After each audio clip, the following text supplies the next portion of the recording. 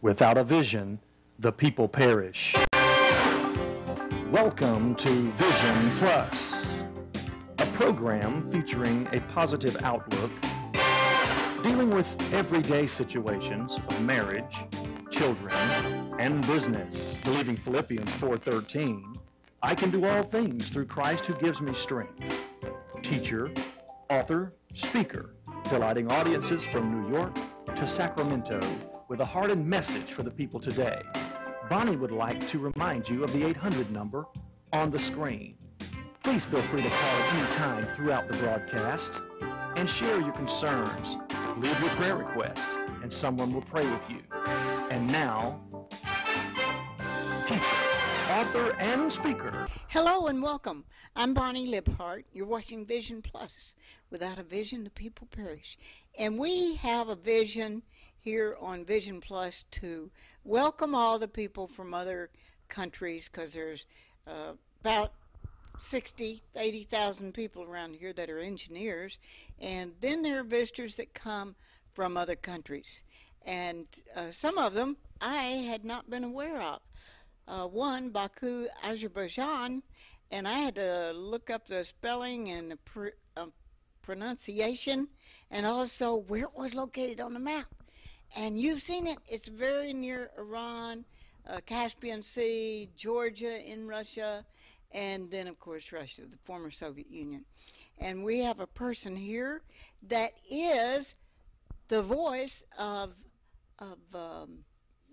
World Radio. What am I saying? Radio Free Europe. Yeah, you had to correct me, I know. It's now called Radio Liberty. And he is a host of a radio talk show, and has many other avenues. He's here as part of the Open World Conference that they're having summer 2009 at the University of Alabama. Welcome, Ziga. Thank you very much for those words. Hello, everybody. Hello, dear viewers. Well, tell us a little bit about, we'll start with yourself and how you happened to come to UAH for a week. Of course, he had to go by CNN in Atlanta, and then he had to go by Chattanooga so he could see the aquarium. But we have him here for more days. Tell us about yourself. First of all, I'm not a king. I'm the simple man from Azerbaijan, from Baku. I'm working as a radio DJ from 1995. And after 12 years in 2K7, I go to the Radio Free Europe, Radio Liberty, and till now hosting the weekdays, 2 hours talk show after week. Excuse me for my English. You're doing great. He can also speak Turkish and a few other languages too. So we're the ones to be ashamed that we don't know the languages as many as we should, and don't even do a good job. We're still Southern English, so not even the good English like over in England. Thanks a lot. Okay, tell us a little bit about what you moved to in Radio Free Europe and Radio Liberty. You mean which reason Yes. moved me? Because the weekly, I hosted the weekly top 40 in private radio station, and after 12 years, of course, I think about the more serious level in my career, in my job, and in the moment I had invitation from Radio Free Europe, Radio Liberty. I am directly say yes, I'll go to that radio. Then we had talking about my program, about the project, about the budget, of course. And then after 1 month, I began my show on that radio. Now, tell me about your show. What all do you do? You select the guests? I talking like you talking now with Yes. me. I talking with some politicians and some economy analysts, some experts in any topics. And my program's name is After Work. Every people after work sat in this car, because now we can't translate our programs via FM in the cars. It's so sad for us, but we try to talk with some experts in our studio, some government representatives and independent politicians in studio about the actual problem of our society. Of course, the big problem in the world, of course, we talk about economic crisis in the world. We know about the economic crisis began from USA and goes to the whole of the world, the rest of the world. Every day I talk to approximately with 8 people, 8 experts in totally in my program in 2 hours. And after work, the people wants to listen the review of the day, what's happened, and what say other experts about that problems, about that topics, about that headlines. Also, we have the breaking news, as the rest of the world. It's more difficult for us because we must to invite guests the 1 hour before the program, half of hour before the program, but we do it. Mm-hmm. So the guest doesn't know they're going to be on maybe the day before, because 1 hour, half hour before the program, you say, hey, we're going to talk about the economic crisis and blame the United States for starting this. We have the unique experts. And then you're going to, so how did you explore, let's say, the economic crisis? What are some of the avenues of answers? You know, in my country, the economic crisis, every citizen of my country don't feel economic crisis on himself, and because our economy is closed economy, not integrated in the world economy, but we have some down prices in my country. We have some down prices for realty, real estate. Yes, real estate, and also we have, but we haven't the down prices in some services. Services are very expensive in my country, very expensive. Example of the services is touristic services. For example, you know Antalya in Turkey, you know Bodrum in Turkey. We have the same territory, the same resorts in my country, but the prices in my country's resort zone expensive than like hotels and the hotels, shops, other yes. services, shops, especially shops, because you can buy the T-shirt in America for $5, and we have to buy in my country the same T-shirts for $20. Can you imagine? Except in your country, your money is worth more. Our money is worth less. For now, yes. Yes. For now, yes. But we began from 1 to 1. Now we have our national money, manat, and 1 manat now equal $1 and $1.25. $1.25. Yes. So for every one, what I would call dollar, but it's a monarch, right? $1, it's a dollar and a quarter for each one of yours.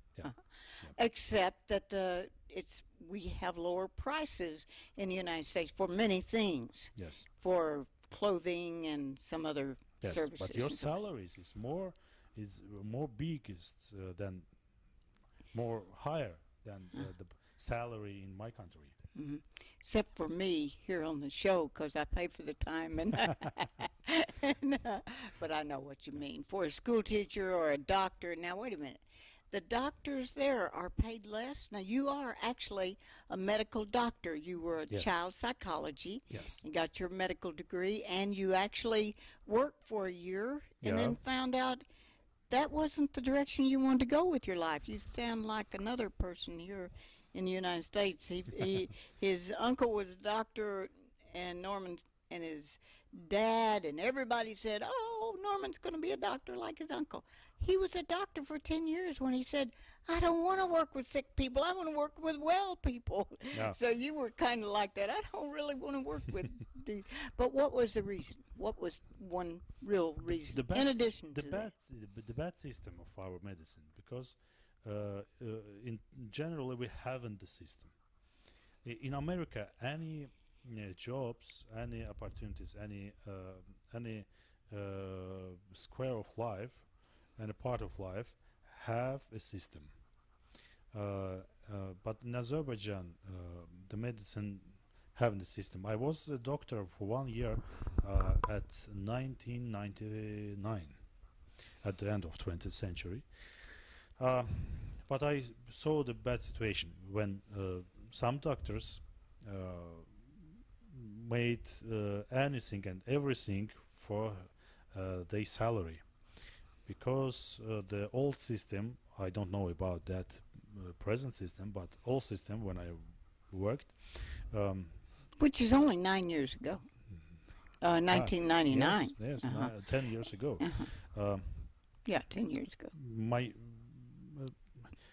My head of in the hospital make every child as a first phase imbecile. Mhm. Yeah? And made them, they had to be sick because the only way you got paid Yes. full salary is to Yes. have 12 sick Yes. children. Yes. And Yes. so, no You're right. matter whether the child was sick or not, you were encouraged to call them sick so you could get the full salary. Yes. If there Yes. are only 6 sick Yeah. children, Yeah. you get half salary. Yeah. And so it was kind of like people selling cars on commission here in the United States.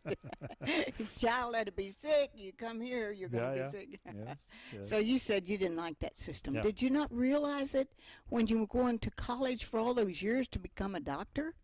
Yes, I finished the University of Medicine Mhm. of Azerbaijan, named by Nariman Narimanov. Maybe later I say you what he was, but I'm happy. In any case, I'm happy. I have 6 unbelievable years in medicine, in medical university, Mm-hmm. because that is my students' years. Mm-hmm. Then I go to journalism, because I say bye to medicine because of that, Mhm. of that, and that's why I go to journalism. And why did you go to journalism? Why you say why? Why? Yeah, why? That's why. That's why. Because of I can't. I'm not tolerant for any non-systematical changes in any part of life. Mhm. Also, I like the rule of law. But if I haven't rule of law in any Rule of law. yeah, yes, in any part of life, we can't increase our level of life, Mhm. of course. So by studying journalism and going into journalism, whether it's print or radio or television, broadcast journalism, you have an opportunity to make yourself and your people's lives better, because especially with Radio Free Europe or Radio Liberty, you're now telling the truth to people who want to hear what's really going on, rather than just what some politicians want to tell you is going on. Yes. Yes. So They say, oh, we do it, we will do it, and just promise. But his promises only promises. Only promises. Never comes about. Without action. Mm-hmm. So without action. So you had this opportunity to come over here to do the talk show. Yeah. So you're helping people to realize what's going on. Now, very few horrible events have happened in Baku, Azerbaijan, like we had many places here in the United States that in high schools, one where I actually was teaching in West in Arkansas, near Jonesboro, Arkansas, then Columbine in Colorado, and then, of course, Virginia Tech, and killings that were going on many places. And it had not happened, but then one day it did happen. Yeah, months ago. Months ago, approximately, at April 30, we had that tragedy in our oil academy, state oil academy. I don't know how to say, crazy man or no crazy man, abnormal, in any case, abnormal man entered into the oil academy and killed 13 people. Yeah, and another 13 injured. Another 13 injured. So this person was not didn't go to school there. No. And then not in any way associated with the school. He was from Georgia. What do you think actually in Georgia? Now that's in the Slavic countries, Georgia, not Georgia here in the United States. The other Georgia. Yeah. Our neighbor. This Georgia was named after that Georgia. But my brother used to go there in Georgia. But so came over there, which that's actually still Russia. Isn't Georgia still Russia? Or is it an independent state now? Independent state. It is. Independent but state. like Ukraine. We're all independent, but we have the big political and geopolitical problems with Russia. So you think there's a possibility there was a connection between her being sent from Russia from Georgia by the Russians to cause trouble in Baku? Yeah, it was once in history, twice in history. It was at 1920 when we lost our first independence. And it was in 1990 at 20th January when a Russian soldier killed 129 people in the streets of Baku, and then we made our independence again after that tragedy. Gained it again, and then this happened just a month ago. You asked about 13 people, yeah? That tragedy may be managed by Russia, but that is one of versions. Versions by our investigations bureaus, investigations people. Other version is that boy was abnormal, psychology is abnormal. And maybe that, but we know that he wasn't alone. He wasn't alone. So there were others that were shooters also. Yes, and others, and policemen caught some people. Now he killed himself, didn't he? Yes. Official version that is, but we don't believe finally in that. Finally, we don't believe in that. Now we can only wait the finish of that process. The research and investigation. Of course. Now, had you not had Radio Free Europe, Radio Liberty, would it be that would have been covered up and not given out to the world? That the truth would not have come out? Is there a possibility that without Radio Free Europe, the voice of Radio Free Europe and Radio Liberty? Without, it's possible if other journalists in other channels are brave, if they brave. But we have another problem: the freedom of speech. Yes. And our Radio Liberty, Radio Free Europe, try to make everything for that freedom, for freedom in any case. for freedom of speech, the rule of law, and other Law. aspects of democracy. Uh, other channel, other private channel depends on government, because government control all situation in Azerbaijan, all situation. Controlled all the media, except for Not directly, of course, not directly, because we have the private TV channel and radio stations. But we know some facts about controlling. control. Yes. So you are being able to get out. Now, there's how many Radio Free Europe languages that this goes into? Now 28 languages. 28 languages. Because we've had people to come over and tell us about Radio Free Europe, but we're really excited that it is available and that you are a part of that. I'm so happy for the University of Alabama in Huntsville to participate with Open World, so that you had the opportunity to come here and we could learn more about it. Yes. Now, what are some of the other things that you have uncovered that possibly could have been not revealed if you hadn't have had Radio Liberty? But some of the way politicians are, or Maybe. Yeah. Maybe. Because it appears that in the United States we're going toward nationalized medicine, nationalized banks, nationalized police force. Yeah. Everything is going that direction unless someone stops that. Yes. So that we won't have socialized medicine and socialized, nationalized banks, that we have freedom, Yeah. that we can continue with that freedom. Now, you wanted to come to the United States, didn't you? Yeah. Yeah. Yes, I Now, did. tell us a little bit about your family. Your dad's an architect. Yes, my dad is an architect, and my mother was biologist, and Biologist. Biologist. Yes. Sorry. No, Again. that's okay. And I have two sisters. Also, I'm married. That's right. I have 6-year-old son. Mm-hmm. He goes to school, Mm-hmm.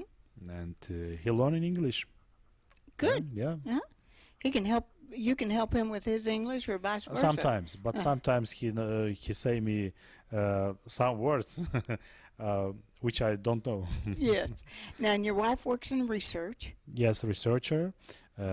He was studied as a political sociologist. Political Sociologist. sociologist. Yes, yes. Yeah. Okay, we both are having fun with some of these words, but that means that she is studying what's going on and researching what's happening in Baku. No, and it's difficult to research in Azerbaijan, because that research results don't make some changes in society. Don't make. But first you have to have it researched and documented before changes can be made. Yes. You can't just change it and say, "Oh, let's just have a certain thing," without some research. The research must come first. So she's doing the initial I part. have impression that the people agree with that situation. Yes. And also I ask myself why I don't find any answer. For what? Why? For that questions. Why people agree with situation? What situation? With that bad situation. With a bad situation. Yes, of course. They won't change something. Maybe the society is conservative. Maybe. It could be. Yeah. So I want you to go through the different avenues that I know our fifth graders probably know this answer, but how do you see capitalism versus communism versus humanism, or social humanism? If you asked only about my mind, I know about that anything. But if you mean any people, any citizen in my country, I say you that one. Every people, every man, every woman only wants to live mm, will have a good life. Hmm. It not depends. There are capitalism in my country, the communism in my country, or socialism in my country. It not depends on it. They want they want the good life. And a good life meaning you have a watch you own, you have a country house, you have a condominiums that yours. Yes. So you have the what we in the United States would call the good life. You have that. And Yes, yes, I have, and maybe I can say I have a good life. hmm But So, I am maybe I am alone mhm. around and people around me not happy, Hmm. not happy because they haven't good life. They don't have those things. Yes. Maybe they Yes. don't have their own home or their own maybe The two country cars. house. They haven't country house and lives on condominiums, Yes. apartments. No country house or no No two country. cars, Yeah, maybe. of course. So, so you actually are in what we would call, when I was teaching in the Philippines, you would be a very wealthy person to have all of those things. Mhm. You'd be the very upper part of wealth. Is that considered so, like upper class in Azerbaijan? We have some percent of our population as a wealthy people, approximately 5-6% of population. Also, we have 90% of population as a poor. Poor, and Yeah. what does that mean? They they make money, not more than $2 per day. Not more than $2 per Per day. Yes, yes. Can you imagine that? And other people maybe called as middle class. Mm-hmm. I'm middle class, Mm-hmm. but I don't know what will happen tomorrow with me Mm-hmm. and with poor people. Also, I don't know what will happen with wealthy people tomorrow. I don't know. Well, that's true. So we just have to enjoy today. Yes. And one thing you said before we went to church, well, yesterday, that you are a believer. You Yeah. told the man Yeah, I'm a believer. yeah. today. Yes. So that's the commonality that we have. So we can start with what we have in common and go for the better life. I do want to encourage you. I wish I had hours and hours, but I do want to encourage you to think of going to Baku, Azerbaijan, to a tour, because they have all the resorts that they have other places.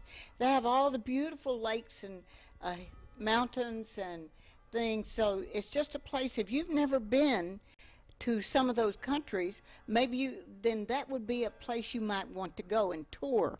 And so I just guess I gave your tourist agency a plug there. Yeah. So Sure. so if you have questions, you have a Skype, and maybe we Yes. can call you up Yes, and I ask you have. more. And you have ways we can talk to you, because there's so many questions in my brain Of that course. I'd like to go I wait. and to With talk pleasure. to you about. So I guess you could call our toll-free number, and I could give out your email for other people. Other people. Unless it's simple email. Yes, Dr. Zia in English at gmail.com. All right. That's very simple. Thank you. And thank you for watching. If you want to know more, you say, I saw that guy Zia, very handsome guy. All right, girls, he's married. And that we would like, and I don't think he has any brothers. He has a couple sisters, though. I don't know if they're both married, so you guys might have a chance. But just call 877-823-6886. And that toll-free number, and we will get you in touch with him so you can ask all the questions you still have that we didn't get to answer. I'm Bonnie Libhart, along with Zia Majidli and Tony Libhart. Bless your heart for watching.